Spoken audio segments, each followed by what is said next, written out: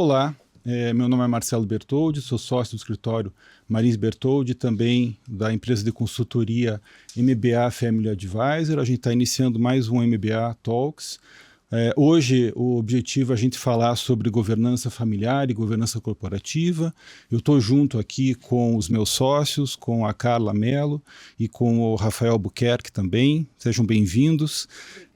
A gente vai então hoje conversar um pouquinho sobre um tema que a gente tem desenvolvido com muita intensidade no escritório já há quase 20 anos, né? Atendemos diversas famílias nessa área de governança corporativa, de governança familiar. E eu gostaria de começar falando sobre o início de tudo, né? Como que um projeto de implantação de governança corporativa inicia numa empresa familiar quando a gente inicia os nossos projetos? Inicia sempre com a elaboração de um acordo de sócio, quer dizer, a regra do jogo, né? Então a gente inicia convidando a família a refletir a respeito de quais são os combinados que a família tem, que ela desenvolve ao longo dos anos, ao longo do desenvolvimento da atividade empresarial na família, e escrevemos então essa regra do jogo, esse roteiro, né? Então um acordo de sócio na empresa familiar tem diversos temas. O objetivo sempre é trazer para a família um checklist de temas que a gente desenvolve, sempre com uma estrutura que ela se comporta com uma estrutura onde você vê o relacionamento familiar e o relacionamento empresarial, sempre dentro daquela estrutura onde você tem interesses familiares, interesses empresariais e sempre em volta disso também o desenvolvimento do patrimônio, do crescimento do patrimônio da família, a proteção do patrimônio da família também. E aí surgem os diversos temas que a gente acaba desenvolvendo, né? Entre eles, o exemplo que a gente dá é a carreira de herdeiro na empresa familiar, né? Como que os herdeiros se comportam diante da empresa familiar. E aqui a gente tem, então, a necessidade de entender quais são aqueles herdeiros que de fato têm capacidade de contribuir, têm vocação, têm formação para contribuir para o negócio da família, e quais são aqueles herdeiros que eventualmente não têm essa vocação, não têm a formação, não têm o interesse de serem executivos no negócio, mas que, em contrapartida, têm, obviamente, a responsabilidade de um dia assumir a posição de sócios do negócio, né? De sócios dessa empresa familiar, e como tal precisam ser então treinados. A Carla, que é a nossa sócia, é a pessoa responsável na nossa consultoria justamente pelo desenvolvimento, né, dos herdeiros na família empresária, que é super importante, né? Seja como executivo, seja como acionista, e o importante é que a pessoa seja feliz acima de tudo, né, Carla? Com certeza. E não é só a questão de ser feliz, né, Marcelo? A questão é você estabelecer desde cedo quais são as regras, né? E qual é o planejamento sucessório e, sobretudo, a transição das gerações ao longo dos anos. E sobretudo, isso contribui para diminuir as estatísticas que são desoladoras de continuidade das empresas familiares, quando vão passando da primeira para a segunda, para a terceira geração, né? E a gente tem visto, a história tem mostrado, e a nossa experiência em trabalhar com transição de gerações e com a governança familiar nos mostra exatamente isso, que aquelas famílias que são bem-sucedidas e que garantem a sua longevidade, elas têm na educação da família empresária como um todo o seu alicerce maior. E começam cedo, né? E começam cedo a treinar, a desenvolver, a estabelecer todo um plano de educação e planejar essa sucessão das lideranças, tanto dentro da família quanto fora da família, né? Quanto para os negócios também. Porque a gente acredita muito no protagonismo da família, dos membros da família, dentro dos negócios familiares. Isso é importante para que as empresas perpetuem, né? E quanto mais cedo existe esse preparo e existe, sobretudo, o cuidado com a carreira de todos, porque a gente tem visto muito isso no escritório, né? A preocupação maior é sempre com aquele herdeiro que pode ser um provável ou um possível sucessor. Mas às vezes não é ele, ele não quer, ele não tem perfil, Então, todo o mapeamento que a gente chama de assessment é importante que seja feito em todos os herdeiros e não só aquele que a família vê como um possível sucessor, né? É isso. Então, quer dizer, o roteiro que a gente costuma seguir, né, Carla, assim, é primeiro convidar a família para reflexão a respeito de quais são as regras do jogo, né? Depois disso, é a implementação disso, né, desse desenvolvimento dessas regras, né? Então, por exemplo, quando a gente começou esse trabalho, isso é importante sempre que se diga, né? Nós sempre desenvolvíamos um trabalho muito focado no aspecto legal, né? Que é a elaboração do acordo de sócios, revisão da estrutura societária, e a gente entregava para o cliente um acordo de sócios que tinha lá todas as regras, entre elas, por exemplo, a constituição de um conselho de administração, eventualmente um conselho de família, às vezes até um conselho de sócios. O cliente pegava esse negócio, botava na gaveta e seguia a vida como se nada tivesse acontecido, né? Então a gente aprendeu que, na verdade, o valor que a gente poderia entregar aos clientes é o que a gente tem feito, e agora, inclusive com a chegada da Carla, que não é uma advogada, que é uma psicóloga, né, de formação para o nosso time, a gente segue um caminho onde a gente ajuda os clientes, ajuda a família na implantação da governança, né? Então não adianta você colocar no papel que você vai ter no conselho de administração, eventualmente um conselho consultivo, um conselho de família, se você não sabe fazer esse negócio funcionar. Então a gente ajuda os clientes justamente a fazer os conselhos funcionarem e também ajudar a família também a olhar especialmente para a próxima geração e aí perceber na próxima geração qual o tipo de desenvolvimento, qual a ajuda que você tem que dar e qual o suporte que você tem que dar, então, à próxima geração para que ele se desenvolva. E tem uma coisa aqui que é bem interessante, né, Carla e Rafael, que é assim, é muito comum você ouvir as pessoas falarem em profissionalização da família ou profissionalização da empresa.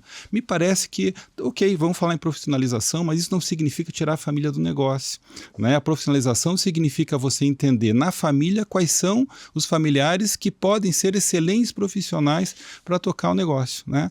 E o ideal que a gente sempre fala é que o profissional que toca o negócio, o ideal é que seja o familiar, porque esse tem visão de longo prazo, ao contrário do profissional de mercado, que obviamente a gente, claro que você tem excelentes profissionais, não pode preteri-los, mas é claro que se eu tiver um excelente profissional que seja da família, ele tem uma visão de longo prazo, ele tem uma visão, ele tem amor pelo negócio, que obviamente o profissional de mercado não tem, e que é um profissional que está de passagem pela organização, enquanto que o familiar tem uma outra coisa que também é importante e que a gente percebe, é que quando existe o familiar na empresa, ele mantém aquele footprint social, né? Que é a reputação que a empresa familiar tem dentro do seu ecossistema.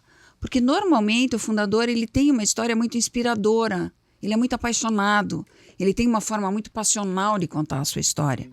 E isso faz com que ele atraia facilmente talentos, bons profissionais para as suas empresas, né?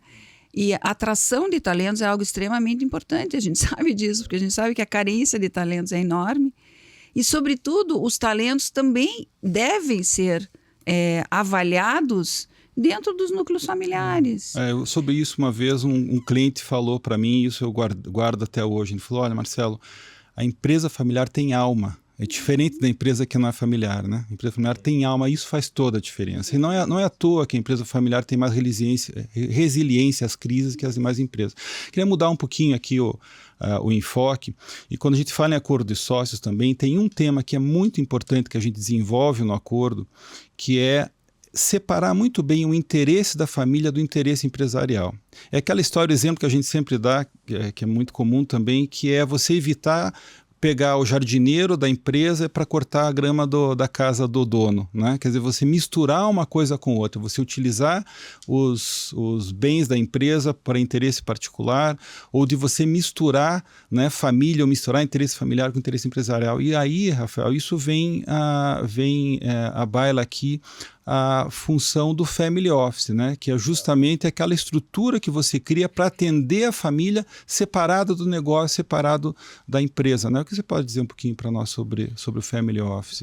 Essa estrutura, assim, aliás, um pouco atrás, né, voltando um pouco a essa questão da continuidade que a gente estava conversando, o que a gente vê é que a governança corporativa ela precisa ser dinâmica, né? Então ela precisa acompanhar todo o histórico da própria família e da própria empresa. E o que a gente via no passado é que o acordo de sócio, às vezes, ele ficava resumido à empresa, né? Então a família acabava ficando sempre um pouco mais esquecida, e esse núcleo familiar ele interage com a empresa de várias formas. Então a gente tem que separar as estruturas, como você estava comentando. Falando um pouquinho de family office, assim, é uma estrutura que no passado era vista como estrutura muito pesada em termos de custo, né, de valores, porque ela vem desse histórico, né? O family office lá na década, no século XIX, lá com os Rockefellers, com os industriais americanos na Revolução Industrial, eles serviam exatamente para ajudar a família a gerir, né, que eram patrimônios muito grandes, né, às vezes até em outros países, e eles tinham que ter alguém dedicado, né, para ajudá-los a fazer as coisas que eles não sabiam fazer, ou que eles não tinham interesse em focar a atenção naquele momento. Então, o Family Office ele nasceu com uma estrutura muito pesada realmente lá atrás em termos de custo, né? Mas hoje em dia a gente vê configurações muito mais leves de Family Office, e o assessment que a gente faz essa avaliação, esse diagnóstico é muito importante exatamente para isso, para saber qual o nível de maturidade que essa família tem, ou que essa empresa familiar tem. O patrimônio também, ou o patrimônio, né? que a gente... tamanho do patrimônio, isso possa precisar, né, ter uma necessidade de um profissional ou outro, né? Então, existem single family offices, que são os family offices de uma família só, e os multi-family offices, que são de várias famílias. Normalmente, o single family office ele nasce a partir de um membro ali da própria empresa, que é uma pessoa de confiança da família, ou um contador, ou um advogado da família, que hoje o mercado chama de Trusted Advisor, né, que é a pessoa que vai entender ali qual que é o diagnóstico, né, o que essa família realmente precisa para que eles foquem no negócio, né, e aí os outros serviços possam ser atendidos. Então, o Family Office nada mais é que um escritório que vai atender a necessidade das famílias, seja elas quais forem. Então, alguns family offices têm uma mesa de operação de investimento, outros têm investimentos e a parte jurídica. Hoje em dia, a filantropia é muito vista, né, por essas estruturas. Então, como a família vai trabalhar o legado, e aí pensando nesse legado filantrópico, qual é o histórico, né, que ela quer deixar, que tipo de legado que ela quer ter em vida, e passar isso para as próximas gerações, no sentido de ter a cultura da família permeando os negócios, e aí entra muito naquele ponto que você estava comentando, que essa cultura da família ser top-down e permear a organização para todo mundo vestir a camisa daquela mesma forma, né? Então isso é muito importante para atrair talentos, para reter talentos, né? Tem muitas pessoas que, olha, eu admiro muito o empresário fulano de tal, então, né, eu gostaria muito de trabalhar naquela empresa porque é aquela pessoa, né? Hoje em dia a gente vê que as organizações elas têm rosto, né? Então todo mundo se identifica muito mais com a pessoa do que com a cara da empresa ou com a logomarca daquela empresa. Tudo traz credibilidade, mas eu acho que ter essa identidade familiar é muito legal. E aí, voltando para o nosso tema, o Family Office ele serve também como essa estrutura que a gente normalmente coloca, inclusive em acordo de sócios, que ele vai servir a família para as necessidades familiares, né, que eles têm ali de patrimônio e etc. E aí, fora isso, a gente criou outras estruturas como o conselho de administração, o conselho de família, na empresa, tudo para ter essa continuidade. E minimiza muito conflito, né, Rafael? Muito.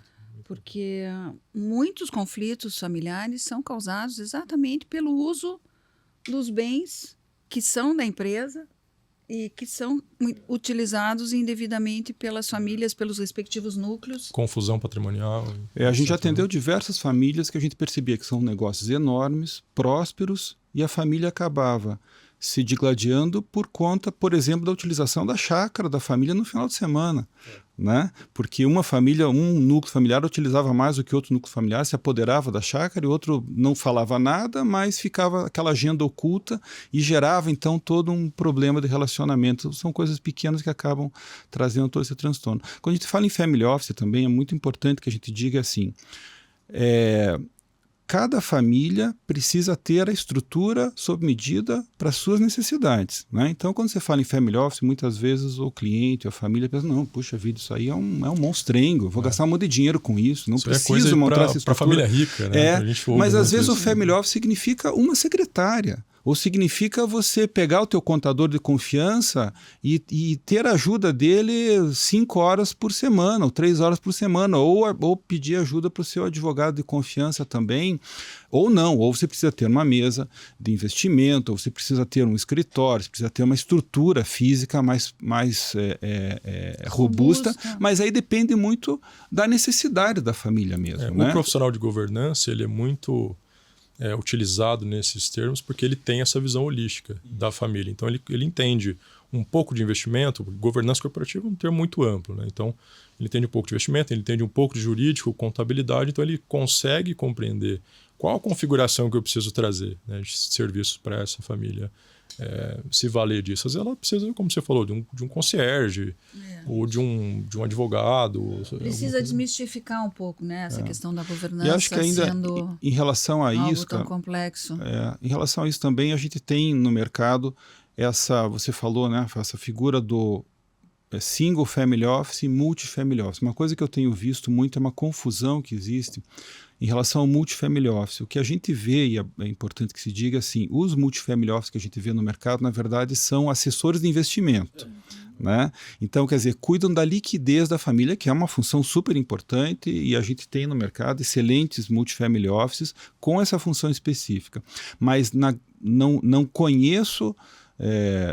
posso estar enganado, mas não conheço nenhum family office que olhe o patrimônio como um todo da família. Geralmente, quando a família tem a necessidade de ter uma assessoria que não olhe só a liquidez, mas olhe o patrimônio como um todo, eu vou dar exemplos simples, prosaicos. É o caso da utilização da casa de praia ou da casa da fazenda pela família, pelo núcleo familiar.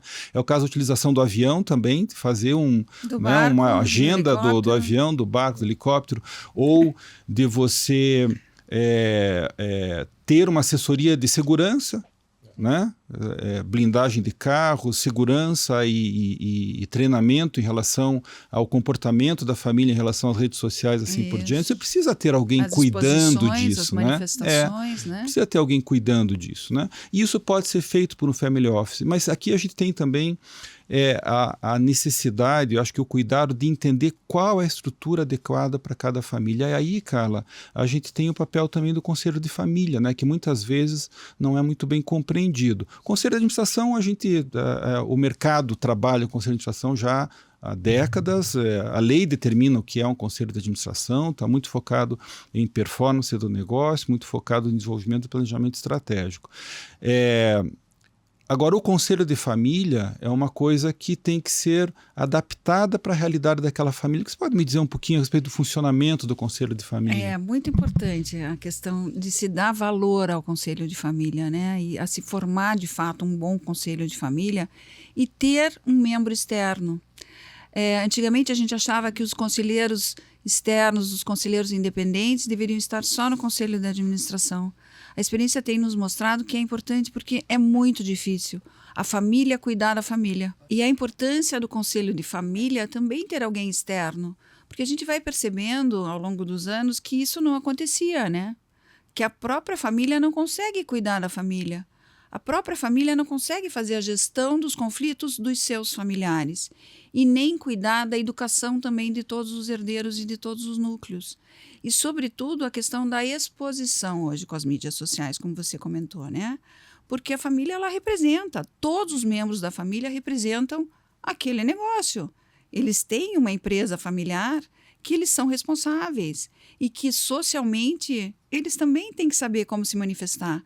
Então, tem comportamentos que são adequados e tem comportamentos que não são adequados. Aliás, não seriam adequados para ninguém, né? Mas, sobretudo, para a família empresária, isso tem um peso, porque ele tem um cunho social e de repercussão muito grande. Então, o Conselho de Família é responsável não só por cuidar e tratar de assuntos da família para a família, mas do negócio para a família e da sociedade de um modo geral, né? E daquilo que muitas vezes não pode ser feito.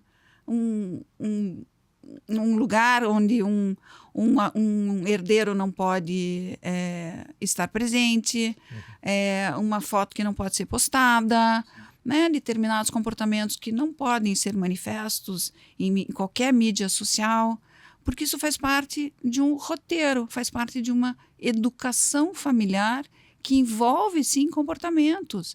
Eles têm que entender que eles vão estar sempre na mira dos holofotes, né? De alguma forma. E eles vão estar sempre sendo avaliados. De novo, não só eles, mas eles, sobretudo, terão um impacto nos seus respectivos negócios. Pensando, inclusive, nos agregados, né, cara, da família que vem. Que precisa, e aí por isso que a educação é importante. Tem alguma coisa todos, né? que precisa ser regulada, porque você imagina, se uma pessoa está casando com a sua filha, com o seu filho, ele vai ter eventualmente parte disso, não vai? Qual que é o regime de casamento, né, que eles vão escolher? E mais, esse agregado ele pode ter uma empresa concorrente à empresa da família? Como é que isso funciona? Sim. Então, às vezes as pessoas deixam um pouco esse núcleo familiar.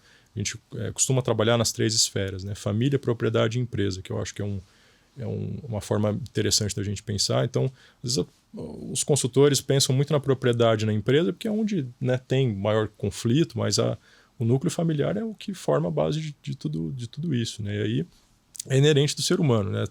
Ter paixões e interesses diversos para cada tema desse que a gente está conversando. A gente tem, inclusive, questões, muitas vezes, de comportamentos inadequados de familiares que trabalham dentro da empresa, né? Por exemplo, a famosa festa de fim de ano.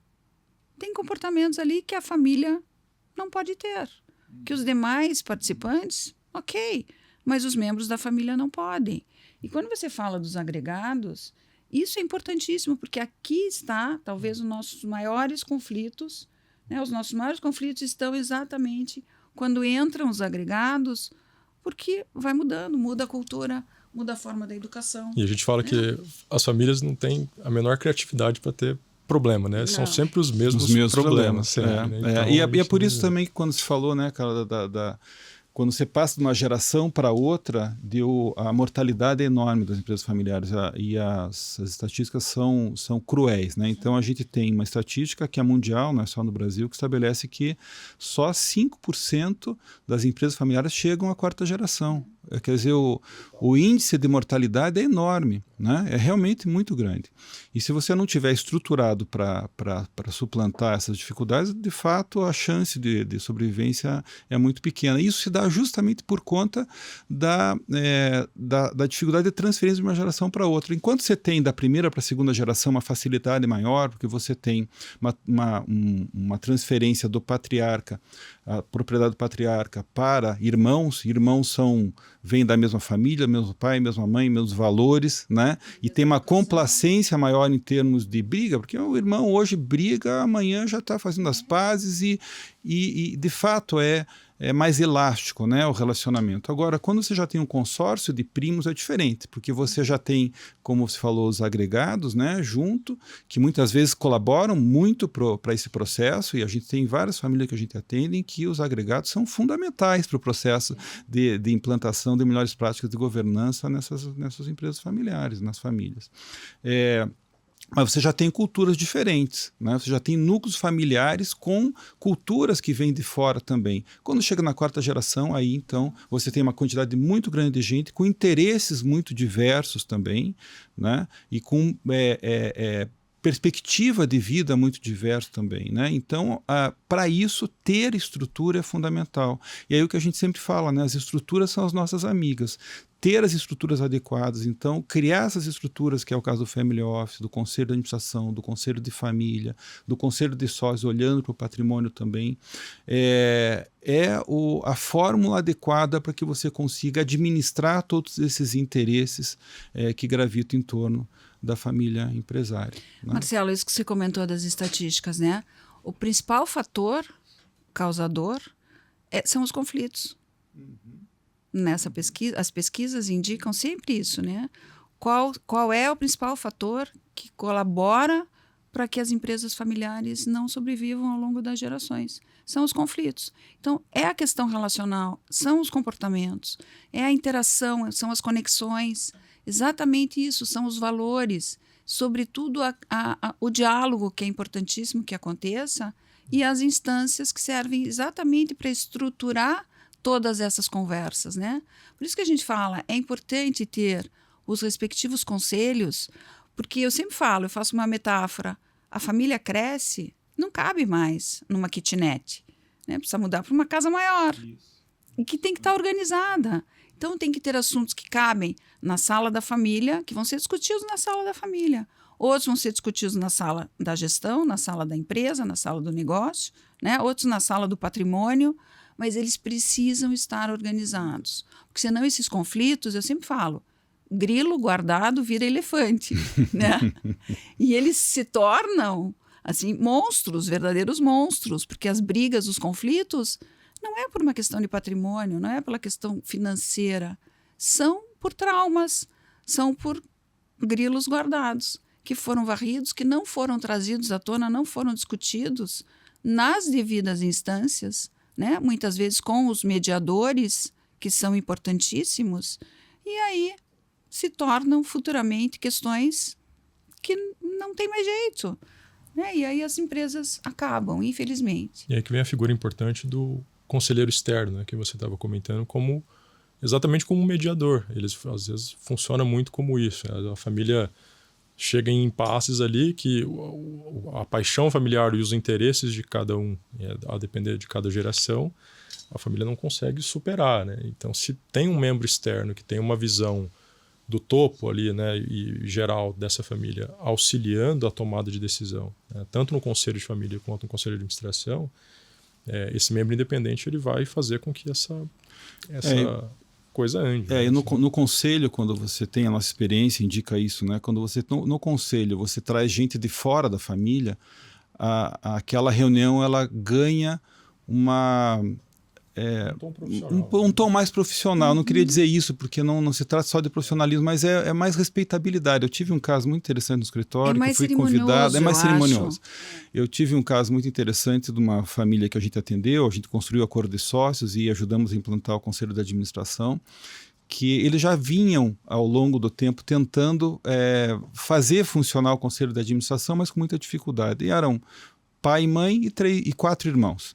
E eles compunham esse conselho, né? E aí eles me convidaram para participar do conselho e foi muito interessante porque uma vez um dos irmãos me chamou de canto e falou: Marcelo, ótimo você estar conosco aqui, você não precisa nem falar nada, fica quietinho no teu canto, se você não falar nada já é uma grande contribuição, porque meu pai se comporta quando você está junto conosco. Quando você não está, ele dá bronca em todo mundo, ele não se comporta, ele não chega na hora certa, porque ele não dá a credibilidade que a gente tem que dar a esse conselho de administração. E quando tem alguém de fora, né, ele já se contém mais e o clima da reunião fica um clima mais profissional. Acho que não tem outra palavra mesmo. Eles comentam muito, né? Daí quando tem o conselheiro externo, eles não levam pito.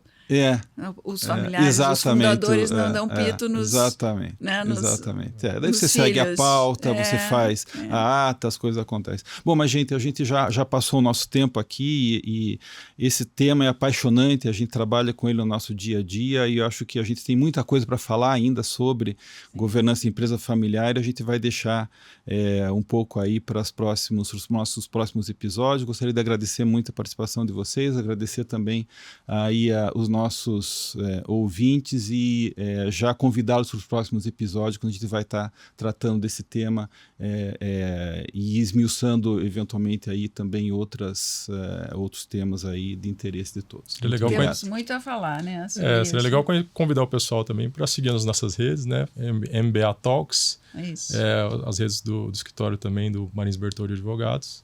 E aí a gente pode tratar outros temas aqui que vai ser de interesse de todo mundo. Sem dúvida, voltaremos com outros episódios e esse assunto é inesgotável, né? Ótimo. Obrigada.